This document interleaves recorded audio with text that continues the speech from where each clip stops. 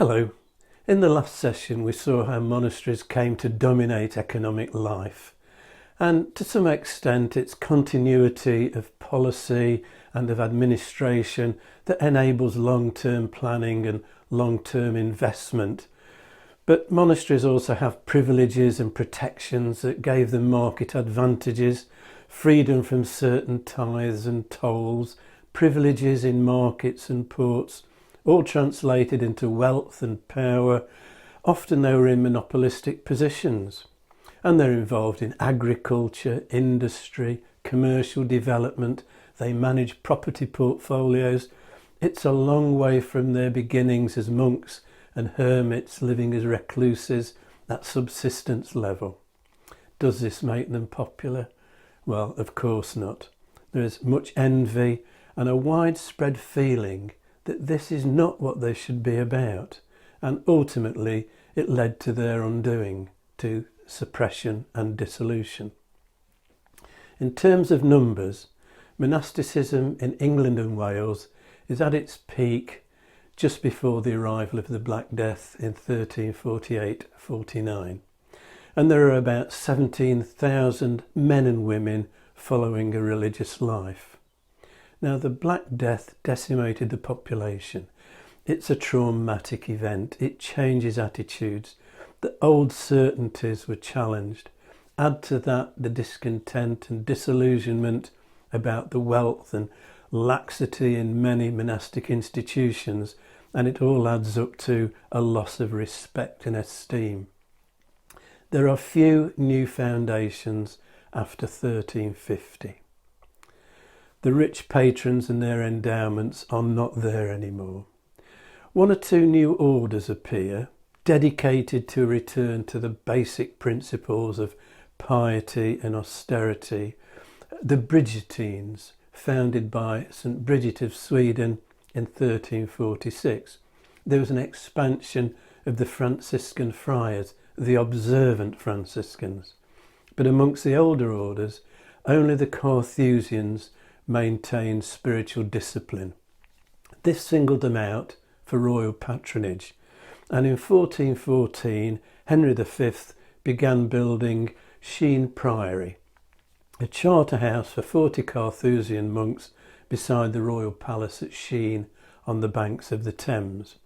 And the same year he endowed the first Bridgettine house in England at Twickenham. They moved to Sion, opposite Richmond Palace, 17 years later. Now, this was a double monastery, 60 nuns, but there were also some monks who acted as chaplains, but all under the control of an abbess.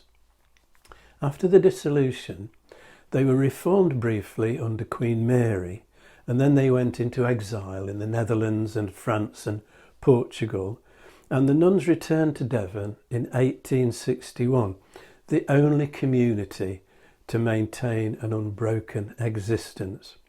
They wear a distinctive crown of the 5 holy wounds with red stones that are a reminder of Christ's wounds on the cross. Henry V also had plans for a house of Celestines. These were a branch of Benedictine nuns, ran a little bit short of money, and then war with France intervened. Henry VII founded a house at Richmond for the observant Franciscans round about 1500. A tower remains in what is now a public garden, but there are few new foundations after 1350, and the new orders do not flower and spread. Amongst the old established houses, religious life is at a very low ebb. There are lots of reports of monks neglecting to observe and celebrate the divine offices, reports of the monks living comfortable worldly lifestyles, receiving visits from ladies of ill repute, and it's highly likely that some of those writing accounts of this have their own agenda. They're putting a spin on facts, but there is plenty of evidence of laxity.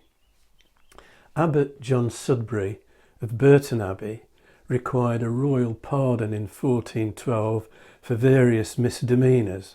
We don't know quite what he'd been up to, but he'd been up to something, and we know that his bailiffs were encouraged to use pretty heavy-handed tactics to collect taxes that were due. 3 years later, in 1415, the abbot needed another royal pardon, and this time murder and rape were included on his rap sheet. Amongst the accusations was one of ravishing Marjorie Taverner in his chambers on Christmas Day. And if it's only a relative few monks and nuns who are living in conspicuous luxury, most of them are very comfortably fed and housed by the standards of the time. A study of a large number of monastic skeletons by the Museum of London found clear evidence of a better diet, that they lived longer and healthier lives than lay people. And they also found many skeletons that showed signs of obesity and even syphilis. Chaucer's monk in the Canterbury Tales is depicted as a fat, waddling and gluttonous figure of fun. He's a caricature, but rooted in reality. The kitchen records at Westminster Abbey show the monks consuming on average 6,200 calories a day. This is 3 times the recommended amount.